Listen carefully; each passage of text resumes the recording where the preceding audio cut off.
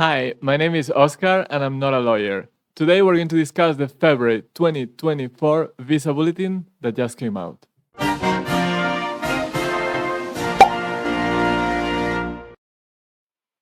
Remember, I'm not a lawyer, and in this channel we talk about green cards in the employment-based categories.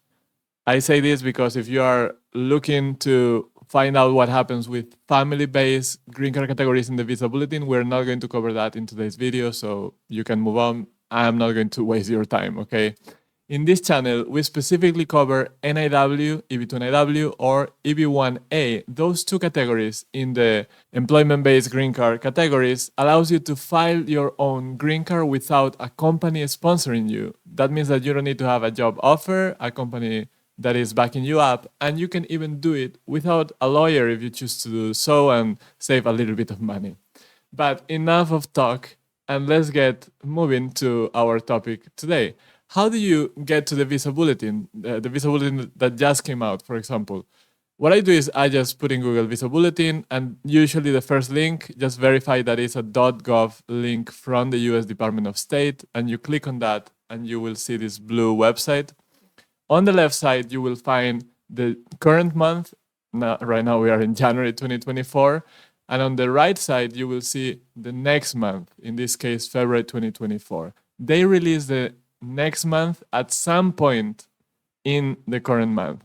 Today is January 12th. It's quite late in the month. Usually they do it a little bit earlier, but we never know. I mean, sometimes they are earlier, sometimes they are a little bit later. What is the importance of the visa bulletin if you are new here and you are a little bit lost? The visa bulletin is a monthly publication by the Department of State and USCIS, and it really gives you a sense of how many people are waiting in line to receive a green card. In certain categories and for certain countries of birth, the line of people waiting for a green card is longer than the number of green cards available that given year. And that causes what is called a backlog. That means that you need to wait. You cannot complete your process even if you have an I-140 approved, and you cannot receive a green card until that backlog is cleared up. So this monthly publication allows you to see how many people are waiting and to estimate how long you will have to wait. But of course, you need to monitor month by month because nobody knows how the situation will change in the coming months. And I'm no exception. I have a video talking about why I don't make predictions, but you guys keep asking me on the comments to give you my predictions. I will not do that, and I already explained why, because I really don't know what's going to happen, and nobody really knows, okay? So don't pay attention to those YouTube videos where they try to predict because they just don't know, okay? So I opened January and February in two different tabs so we can quickly compare what is going on. And I skipped the family base and I moved to employment based preference, which is second in the visa bulletin. And there are two tables, table A and table B. I'm going to position both months in table A. Table A is really the more important table. Why?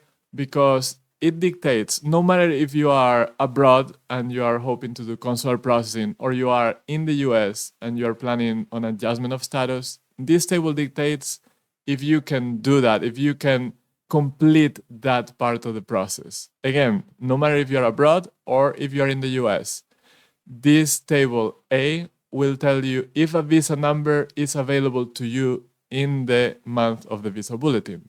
Okay, so if your priority date is earlier than the date shown on the table, that means that there is a visa number available to you. It's good news. It means that you can complete the process and receive a green card. If your priority date is later than the date on this table, that is not good news. That means you need to continue waiting and continue monitoring the visa bulletin until your priority date is what we call current. Okay, so this is the importance of table A.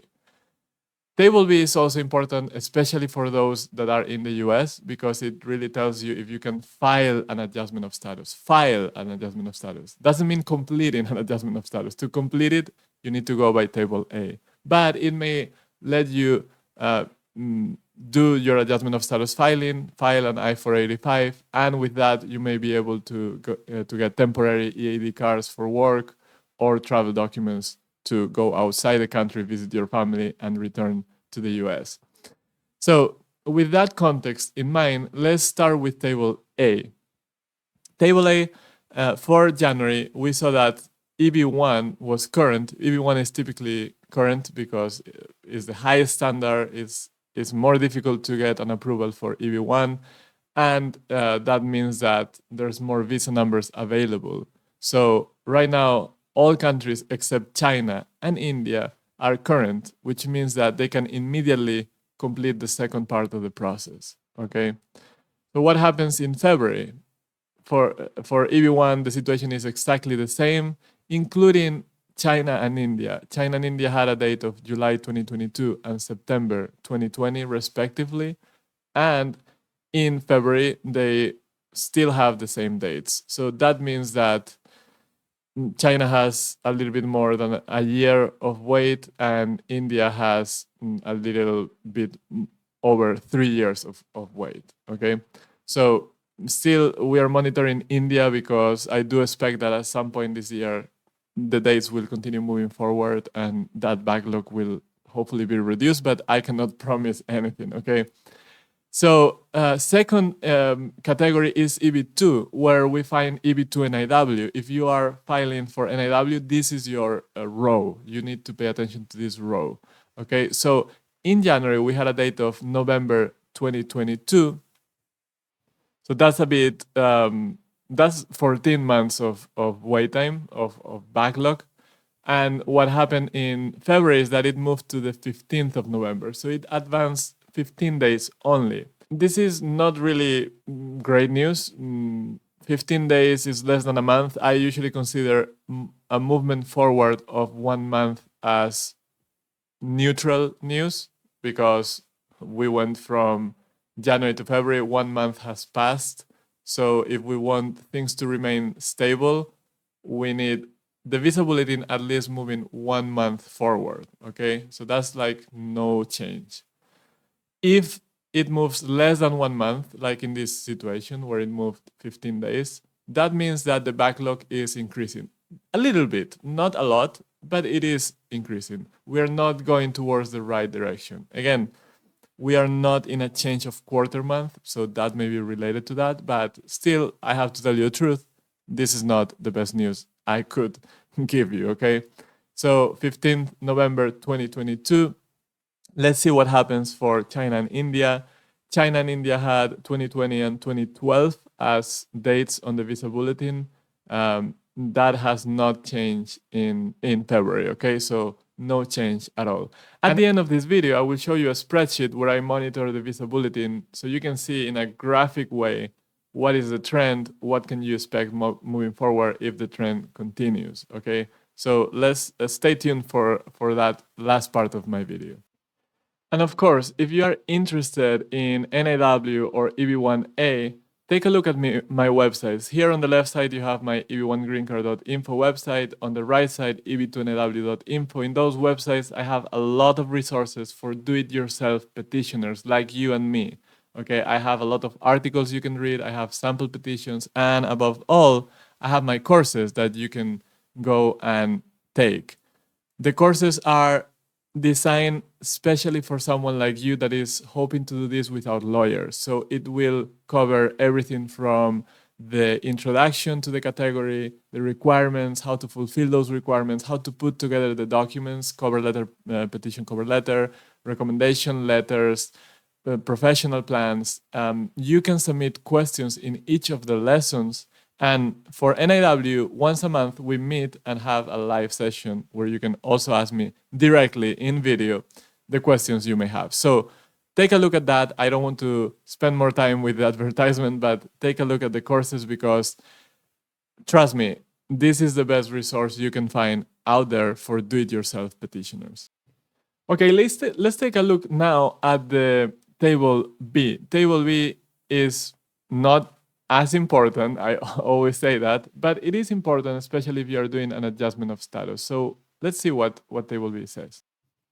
Okay, so I moved everything to table B. In January, we had current for EB1. That is still the same in February, of course.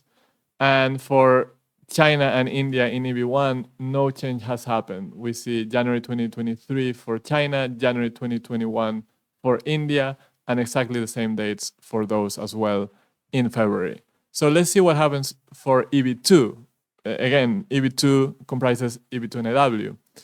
So we had a date for filing of February 15th, 2023, and we have exactly the same date in February as well. Okay, so no change whatsoever. Also, no change to China and India, which have 2020 and 2012 respectively in January and February. So absolutely no change. In fact, when we go from one table to the other, there's really no changes happening in this table across the board.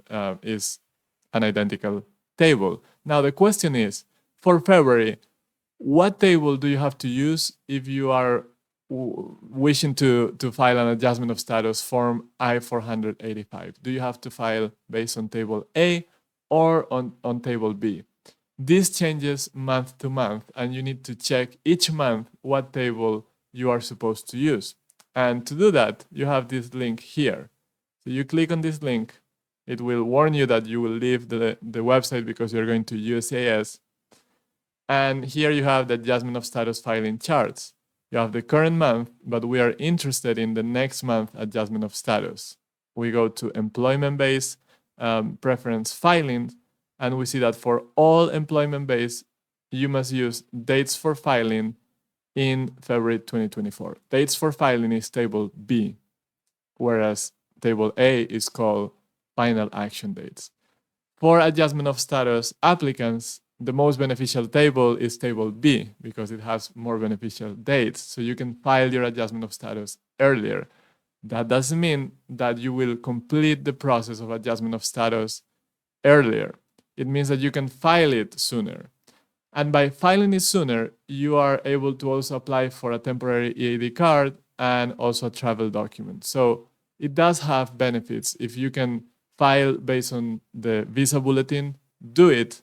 Don't wait, because the situation may change and maybe in subsequent months you are not able to do this and you miss your chance. So if you are ready, make sure you file your adjustment of status if the visa bulletin allows you to do that, okay? So now we're going to go and check my spreadsheet because we want to see the trend. What has been happening with the visa bulletin lately? Okay, so the way I built this spreadsheet is very easy. I went through all the visa bulletins since January 2022. For EB2, I'm going to cover EB2 because it's really where the situation is more fluid. And I compile the data for table A and table B. And I compile it taking into account what is the number of months of wait time. So in January, situation was great. There was no wait time for EB2. So the number of months to wait is 0 based on table A and table B. But then the situation started getting worse.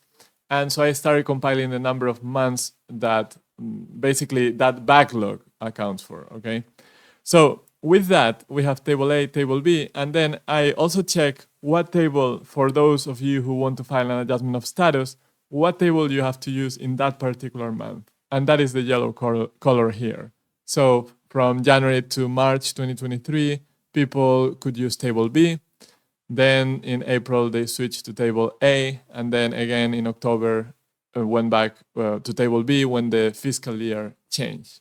So with that, what I did is I plotted table A number of months. You can clearly see how the situation rapidly deteriorated from January 2022 to May 2023. So we went from 0 months of wait time based on table A to more than 2 years. And the situation has remained pretty much stable. We had ups and downs, but it's always fluctuating within 14 to 15, 16 months, sorry. So no big change. But if we take in account, those of you who want to file an adjustment of status, if we take in account what table you can use that particular month, we see a graph that is a little bit different, where the situation got really, really bad until summer of 2023. And then we saw a big relief as they allow, with the change of fiscal year, they allow adjustment of status applicant to start using table B instead of table A.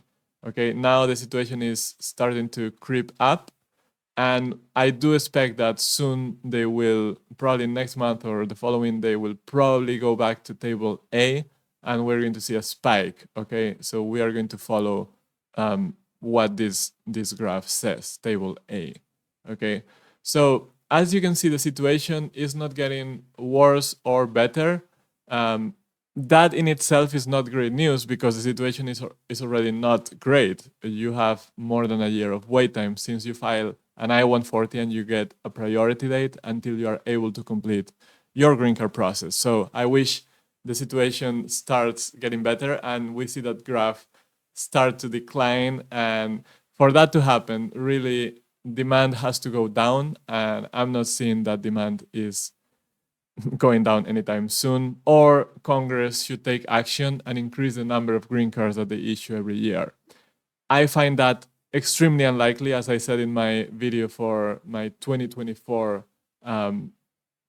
forecast. I don't want to say forecast, but my watch list for 2024, I said that it's extremely unlikely that the Congress takes action on this in an electoral year. This year, the US has elections, and it is very, very, very unlikely, in my opinion, that the two parties come together for something so controversial as immigration is in the US, as it is for many other countries as well.